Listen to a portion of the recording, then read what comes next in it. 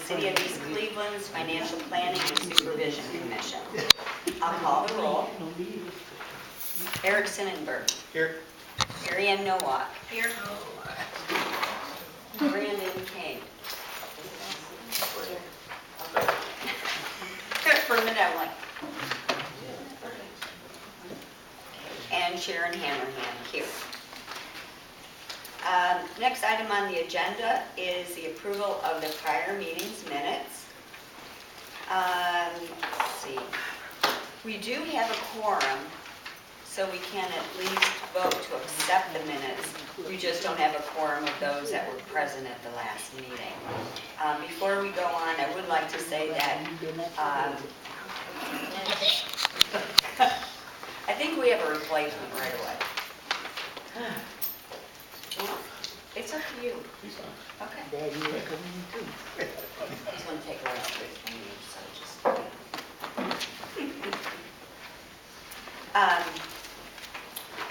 Dr. Kaver got called out of town,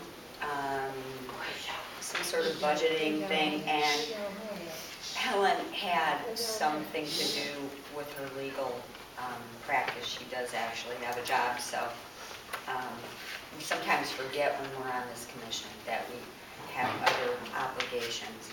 So they were unable to make it. I'll give you a few minutes. If you see any issues, if you have any additions and corrections, let me know. And if you do not, at an appropriate time, I would ask for a motion to approve.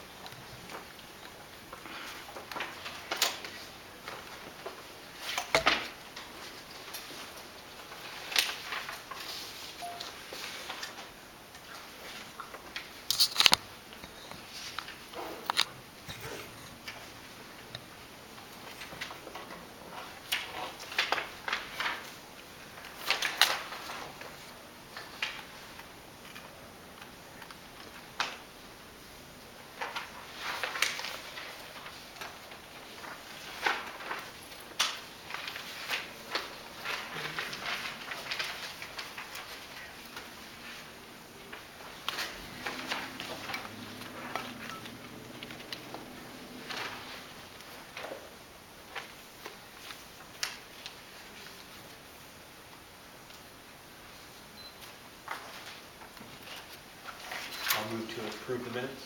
Okay. Eric moves. Do I have a second? I'll second. Mary Ann seconds. I will call the roll. Eric? Approved. Mary Ann? Abstain. Sharon? Yes. Brandon?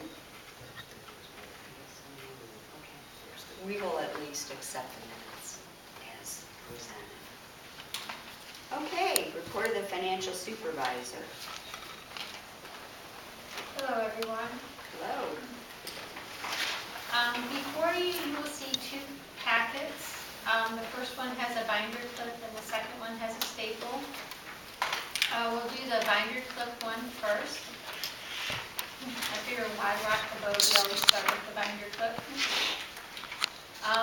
The city is currently reconciled through January 31st, 2016. The city has gotten the reconciliation process down to where they're now reconciling soon after the close of the month.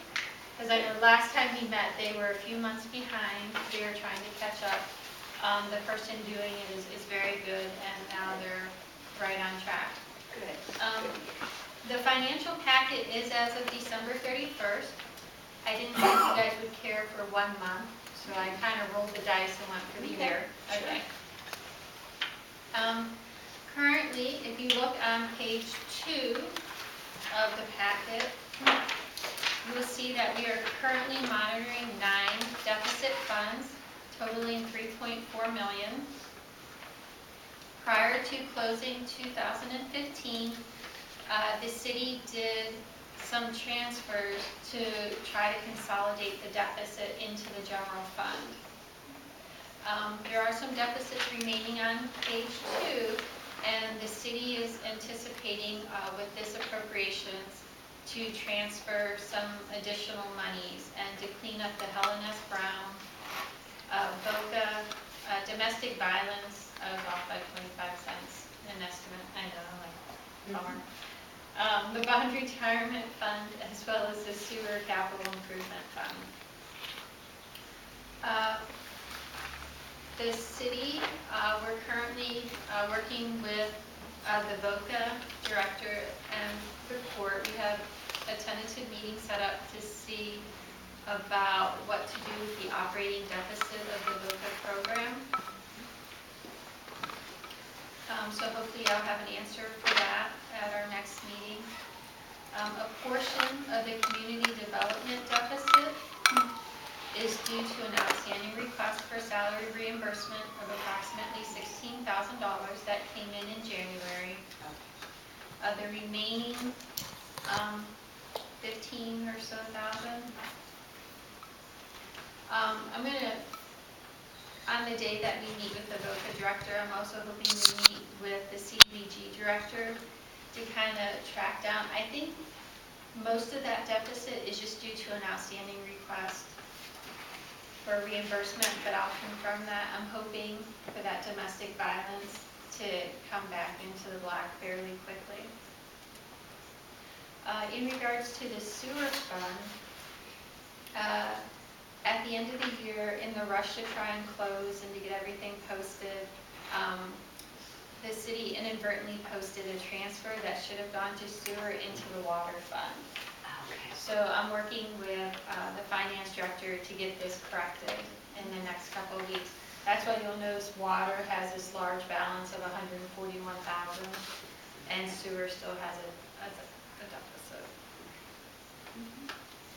And I think that addresses most of the remaining funds with a negative. Before we go on, just to clarify, the VOCA fund here, is that a collaboration between the court as well? Is it joint funding, or am I thinking about the domestic violence fund? Both in domestic violence, I believe there is a match required by the city, and that's what we're hoping to clarify with this meeting, exactly what the match is, what the true cost of the program is versus the grant. Some of the $132,000 has been a carryover deficit. My intent was to have that piece of it cleaned up in 15, but in trying to do the appropriations, I missed that one piece. So part of it will have to be a transfer from the general fund, but tentatively there's about a $50,000 difference between the grant and the actual expenditures, and I know part of that is a match from the city, and we're hoping to get that all straightened away with like the details so that everyone is on the same page with exactly the grant documents, what's the city and what is the grant. Yes. I would like to sit in on that meeting, because from my understanding, the domestic violence is being funded 100% from the state. And I would like to sit in on that meeting so that I can get clarity around the no match, because I was told that the city does not have to match it for the last 2 years, and that the overages come as a result of the self-insurance. That could be, if you have your calendar, the meeting is on March 8th at 11 o'clock. A week before the primary. Yes. Plugging voting. I guess, mine isn't, my primary's on my birthday, so. Pennsylvanians. Yes.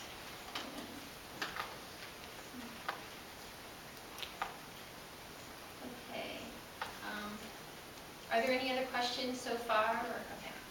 On page 6,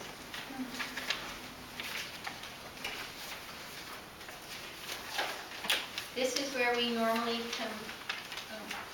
I guess, I'm sorry, I forgot I lost a page. Page 5. On page 5. This is where we normally show the percentage that we are as of a certain date and time. Since this is as of December 31st, we should be close to 100%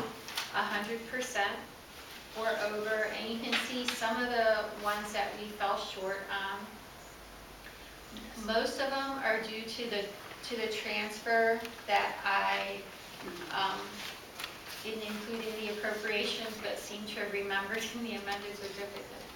So that's what most of them are.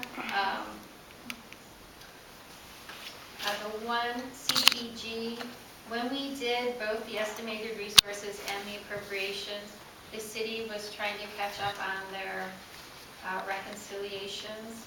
We're on page 5 of the binder clip.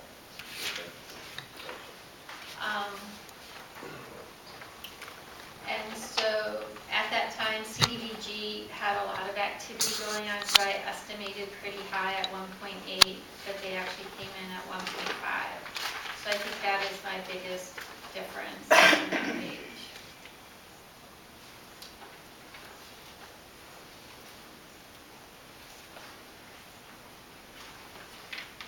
The next one is on page 6 with the appropriations. You can see there are a few departments and funds that are over, not by very much. Again, when we were doing the appropriations, the city had just closed September. I still had October, November, December to look at. And you can tell we were not off that far with all the bills. There was just some last minute medical bills that came in that the city wanted to have paid before year end. And that is, for the most part, what pushed some of these funds over. So the payments, the rush should make the payments, given their nature. The payments were made, and then the books were closed? Correct. The payments Okay. were made in December prior to them closing the books. Okay. Still, I have to admit, like you said, it's not that much. Yes. A rounding error, really, Yeah. in comparison.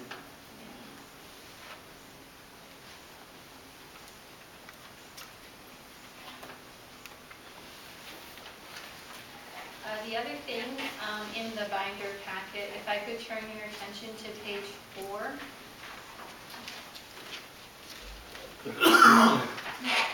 This is the second page of the summary in which we look at beginning cash, year-to-date revenues, the year-to-date expenditures, and the ending cash. You'll see the city started off the year with approximately $483,000. It's the very bottom of the first row of numbers. And the city ended the year with approximately $638,000. That's 1, 2, 3, 4, 5. The sixth row of numbers at the very And bottom. that's all of the funds, starting with page 3 Correct. onwards, so. Correct. This is overall cash, total cash. I just wanted to mention that as of December 31st, there were some bills that did not get paid because the city needed cash to make payroll on January 1st. The city had to ensure that there was money in the bank account because it was a holiday. The money had to leave the account prior to the 1st, and the city gets an income tax receipt usually around the 2nd or the 3rd. And so to ensure that there was money, the city did not pay some large bills. Ohio Police and Fire, we held about $266,000 between the pension, the accrued liability, and if you remember, we deferred that the 3 years, so our final, whenever Police and Fire went from quarterly to monthly, they allowed you to take that 4th quarter and pay it over 3 years. Last year was our final year of that 3 years. So that did not get paid until January. So between those three items, that came to about $266,000. The city also held OPERS, which came to about $65,000, and the city held Rumpke of about $105,000. So if all those bills were actually paid, the city would have had an ending overall cash balance of just over $200,000.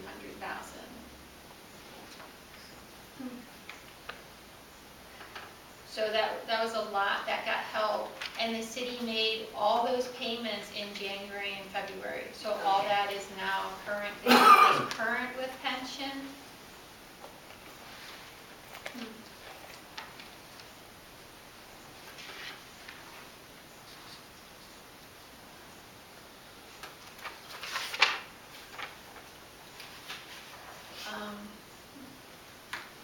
I'm currently working with the city and Jack regarding the 2016 appropriations. Okay. We're finalizing the estimated resources for the year. And I'm hoping after meeting with BOCA and the CDBG director to get those finalized into the county. So far, the city has made all of its payrolls in 2016. 2016 is a 27 payroll for the city. 27. Correct. Okay. And so that is being factored into the appropriations. And as I said before, the city is at this time current with pension. The city also made its OPWC payment. I should have, I'm sorry, I meant to. No, it's okay. Should have said that.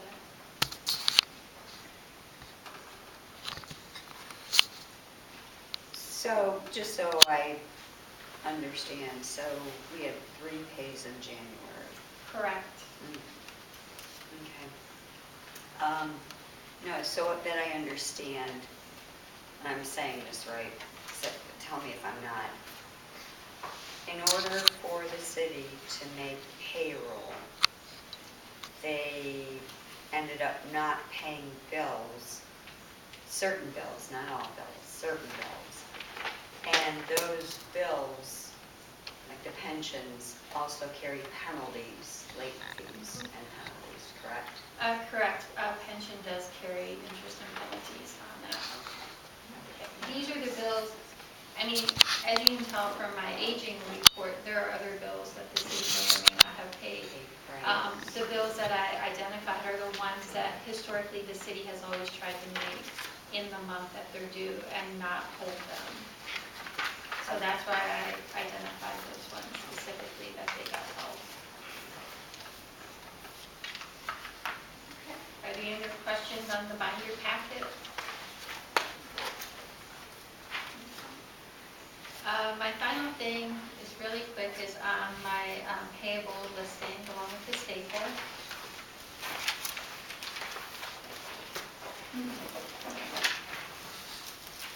You can see at the very bottom of page 1, the total has gone up. It's now $3.4 million. And this is as of February 17th. The two biggest changes is in the middle of the page, you'll see that the city settled a court case with an agreed upon judgment. It's right after Kaiser for $145,000. Also, the city has calculated what they owe for Ohio Bureau of Workers' Comp, and those are not due until May and September, and that's for $82,000. So those aren't past due, but they are a liability in the future. Correct. Correct. The other thing, you'll notice at the very bottom of the first page, there's approximately $209,000 in pharmacy claims, medical claims, as well as the administrative fee for health care. The city has changed their TPA at the beginning of the year, and they're currently going back and forth with the TPA to get it set up so that money can go into a specific bank account to then pay what needs to be paid. I believe the city held an open enrollment, got that all squared away, and now Jack is trying to work through this with the TPA to get that bank account set up so that money can be placed in there. So that's why that is on the list as well, because technically those have not been paid.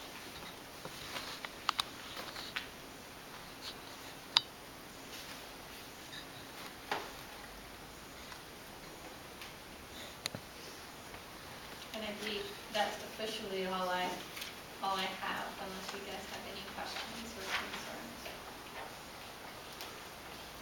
If I'm not mistaken, I believe last meeting, I made mention of the fact that the past due payables were 2.8, or hovering around there, and they are now at 3.4. And if I'm not mistaken, I was told that, yeah, it's been sitting at that, but we expect that to increase in the future just because you're looking at cash very, very carefully. Yes. In November, I worked with the finance director to see what cash was coming in versus what cash was going out. And unless it was on that list, the bill did not get paid because we had to make sure that we had payroll, that 1/1 payroll in the bank so that it could go over. And in all fairness, the pay on January 1st, that can in a lot of ways be attributed to timing because of the holiday and the fact that funds would have been there on the 2nd or so. More funds would have been there. Correct. But because the 2nd was a Saturday, those funds didn't come in until Monday. Right, and the money had to leave, because I think 1/1 was on a Friday. And so in order for people to have that in their bank account, the money had to actually leave the city's bank account by like Wednesday, which is like the 28th or 29th or whatever date that was.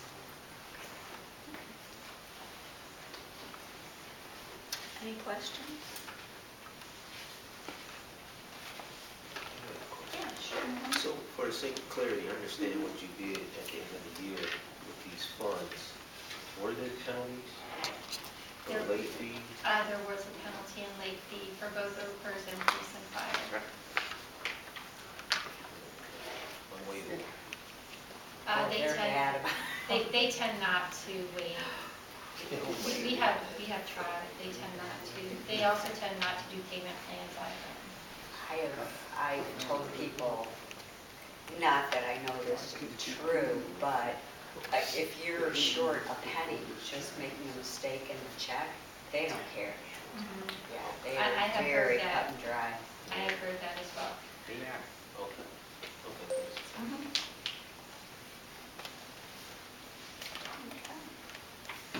Anything else? The mayor's not here to give a report. How about council? Council President, would you like to make a report? Nothing really at this time except for we've had changes in the office that everybody with. We've had our Vice President Brandon King, our new Council Clerk is Dr. Khadijah Guy, and I'm your new president. And we'll be working with you, and Councilman King is the chair of the Finance Committee, so he'll be representing the council on board. Thank you, Council President. We're excited. Look forward to keep moving this forward. All right, good. Thank you. Thanks. Okay, so I had no old business. The new business, I think some of it's old. Well, I know that you're working with Jack with the 2016 budget. I know you've got some sort of appropriations there, hopefully. And so we'll go on with that. The adjustments you talked about, those are still a work in process, correct? For 2015, 15, or is it, you cannot do them because it's been closed? The 15 adjustments to the actuals Jack made prior to closing the Okay, year. We moved some expenditures out of the general fund for police into, because at one point, the city was putting like safe route to schools and whatever in their own funds. And on further examination, we decided to just leave those into the general fund. So we're looking, we moved some expenditures to eliminate some of those carryover balances just to eliminate the fund, so I don't have that money sitting there. There were some other movements around in some actuals, but those have all been done prior to you. the home program, I'm gonna wait until after that meeting on the 8th. I can hardly wait to hear more about this, because I mean, the only reason I put this down on the agenda was, and sitting there and looking at the minutes and completing them, and also thinking about what we're gonna do in the future, what's gonna happen in the future, and so on. I had to talk it out because I'm having a little bit of problem. And maybe the home program does more, but I kept hearing at our last meeting about this house that's on Terrace that's being vandalized. It's up for sale, and until it gets sold, the city can't get any money, any home dollars. They can't draw it down. So we've got that, and yet, I believe you said that they're going to find the match that's due from general fund, which is already in the hole. So I guess I was sitting there having difficulties with why we're going further in the hole for a program when we can't even draw the dollars that have already been spent. That's one of the things that Jack and I are going back and forth on. And that's why I would like to, because the director of the program has indicated there are home dollars out there. And he keeps sending me all this paperwork, which is great, but I need someone to actually like go through it and explain it. And I'm hoping at this meeting between the three of us, we can come to an agreement that yes, there are home dollars out there. I'll go ahead and include that on the amended certificate. We'll get some appropriations in place, and the city can continue on with the home program. But I guess my concern, and maybe you can forward this to the director, is your appropriations would be used to spend out on a home project, whatever that might be, renovation. But there's no cash behind it until you can draw it down. So to tell me that you've got, for the director, if he or she were here to say there's funds out there, I already know that. I've seen the awards. You can just get online. But that doesn't tell me if you're going to get that cash and how you're going to do it. All right, I'll confirm Because an that. award is just that, but if you got to do something for it, and doing something for it is selling a house, I think we've already proved. And maybe that house is a bad example. Maybe they spent too much on it, or were asking too much, and that's why they can't sell it. I don't know. But I think if that's examined, maybe at least to think about if that's how much money we had to sink into it to make it habitable and make it sellable, are we really doing the best for the city? Because if we're going to put money into it and then can't sell it, it's not doing any good. Okay. I will definitely find out the details for the next meeting. Thanks. Anything? Sure. The question I have is the sewer project that is happening. How is that going to impact the city?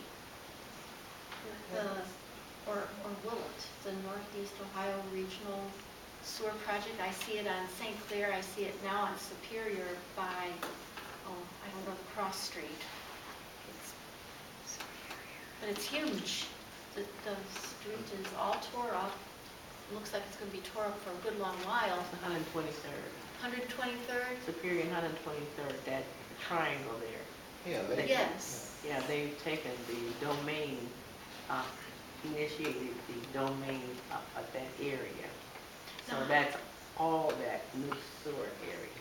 Now, how is that going to impact the city of East Cleveland, or will it not? Are we going to benefit in any way from it? No. Are there going to be any type of assessments that we have to consider? Are they replacing sewer lines? It looks like, it sure looks like it to me, but I'm not an engineer. They've got big cranes and they're drilling, and it's huge. The project is just enormous. And Yes, they probably want to. I'm just wondering if it's going to impact. I don't usually do this, but I'm mystified. Do you know anything about the sewer? The new sewer lines are supposed to be. And I'm sorry, who are you? My name is Kumar Strode. Kumar I'm a Strode? resident, I stay over here on Holywood. Okay. And I'm also, I've been in construction, I'm a pipe fitter. Okay. So as far as the sewer lines, I've been looking into the sewer lines. And my thing with the sewer lines is agriculturally, them sewer lines are not gonna help. Because what they're gonna do is they're making a new sewer line that's supposed to make our water better, our drinking water, or whatever, something like that. But from my understanding, when I seen the actual look at it, those new sewer lines, what they're gonna cause is the place to shift in the ground. Because they're gonna leave freestanding water. It's gonna cause slates to pass in the ground. Those sewer lines are no good. I mean, they're just wasting a lot of the city's money, a lot of things that's going on. It's like, it's I don't even irrelevant. know if it's the city's money. No, this is not in the No city. city's money. This is not the city. It's money that it's coming back through to the city. No, this is what she talking about or not. On Lakeview and Sinclair, they got the same thing. Stuff that's coming in the East Coast. They've been working on that. That's Why, 2 like years? 4 times to make presentations on that. That's So good. we have that going on, and then you do have piping going in, just to clean. What he talking about is something altogether And different. the city of East Cleveland is the This is a last different city project, what he's to talking sign about. on for this. So it's something That's happening in Cleveland on Page and Sauter and Now, the Tree city will get a slight benefit in the sense that the Just sewer concerned how it district wasn't allowed impacts the to city. now charge a sewer rate. Well, this is something that the whole Once we district, sign the agreement, which we have legislation in place to pass, we will be allowed to access some of those funds. And they have, I'm tired I of want to hearing say, about this. People don't understand the different divisions of work. now. They don't understand. So once we pass the legislation and sign up for the program, You don't that understand. money will be accessible to us. And this is money that'll be accessible to us year over year. And they estimated that next year, that money, confused, I if guess. I'm not mistaken, is gonna be 60,000, 63,000. And they've already projected with the collection rate, what that percentage is, that's based on past collections of the sewer fund. So it's pretty good numbers, what they're telling us. Okay. And they have all this information in paperwork if you want to see it. So it sounds like there wasn't a choice in the matter, it was a mandate. And East mandate. Cleveland was the last city to sign up, so, but there is some money that would help towards that, but eventually, whoever is hooked up to those sewers is going to be assessed for some of that, is that Yes, correct? yes, in regards to the sewers, the stormwater, again, is a separate Yeah. program. But that, again, that's mandated as well, is the stormwater. So Okay. they've been out here a number of times to make the presentation. I think most of the residents now have a better idea of what they're going to do. The storm, I mean, we've got those where I live. And it's just that because the area is so built up that the stormwater doesn't have the opportunity to reach ground to soak up. So it just runs off. And I know that in my neighborhood, whenever we get a torrent of rain, or even if it's just for a few minutes, if it comes down quick enough, they're flooded. And so there's not enough, that overflow is not good.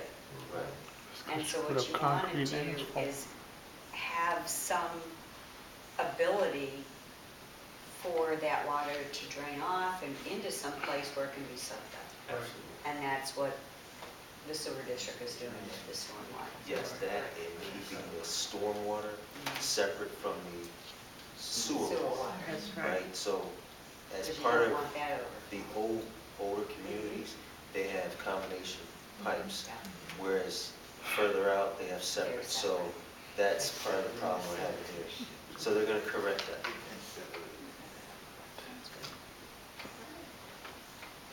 I'm tired. I'm not gonna explain it again. Tired. Anything else? All right, I guess we have question time. Oh, before we do that, when do we want to meet next? Chris, do you want to pick like the middle of April maybe? Sure. Because in that way, the thing with the homing program is going to take a while. It's not, I mean, the meeting's going to be good. Obviously, it's going to be very helpful, but after you come back from that meeting, getting all that information and then putting it into something in the budget that makes sense.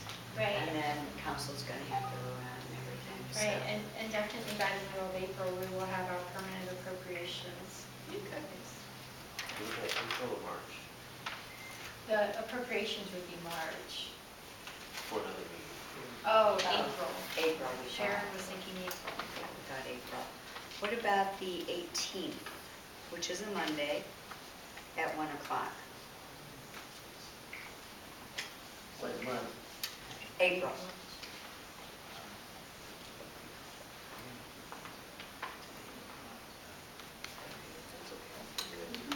Okay. All right, we'll plan on that. Monday at 1 o'clock, April 18th. Would you like me to grab your? Yeah, if you don't mind, that'd be great, thanks.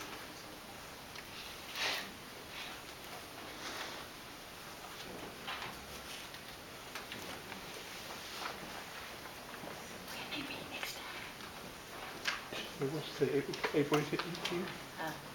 She said 18th. Yes, 18th. April. April. You're jumping over March. Spring starts in March. Barbara J. Thomas. I wonder who she is. Never heard of her. I didn't know someone we was supposed to sign something. Yes, we I do told- this come all on, the tell you to time. sign it. Come on. Well, I don't You have, haven't been here long enough, again. No, I, Okay, sorry. bring it here, I sign.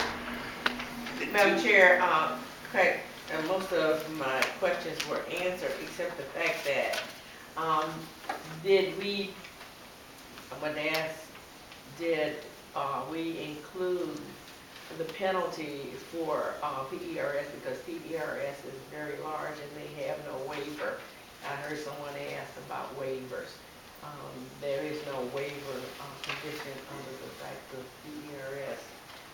But there was the hospital bills that had to be paid that were left over. Is that included? I didn't bring mine that was quoted to me. And was that included in the deficit that was there? But if you're having a meeting on the, what is it, the 8th of March, and the Vice President will be there as he is the chair of the Finance Committee, as well as I will be there, because I kept talking about the home fund. And the home fund is very important because we're supposed to get the CDBG money, and I'm being told that when you do that, it still won't come till the end of this year or ending up in 2017. So I'm very much interested in that home fund, and I agree with the chair. If you're going to dump that much money in a house, I think the house was almost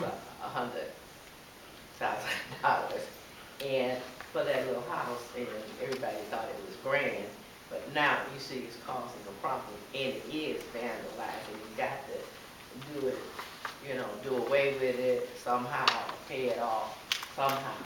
And also asking what would be the, if the certificate of resources is up or is it down? Thank you. I don't know that we know what this amended certificate's gonna look like until a couple of things, one of which will be what we figure out on the home program. And I think you still have to sit down with I can Jack. tell you the general fund. The general fund is lower. Okay, the general fund. Yes, it is. Okay.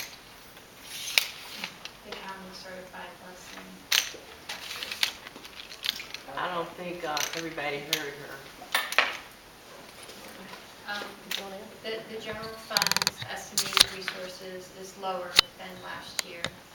The county certified less in property taxes over last year.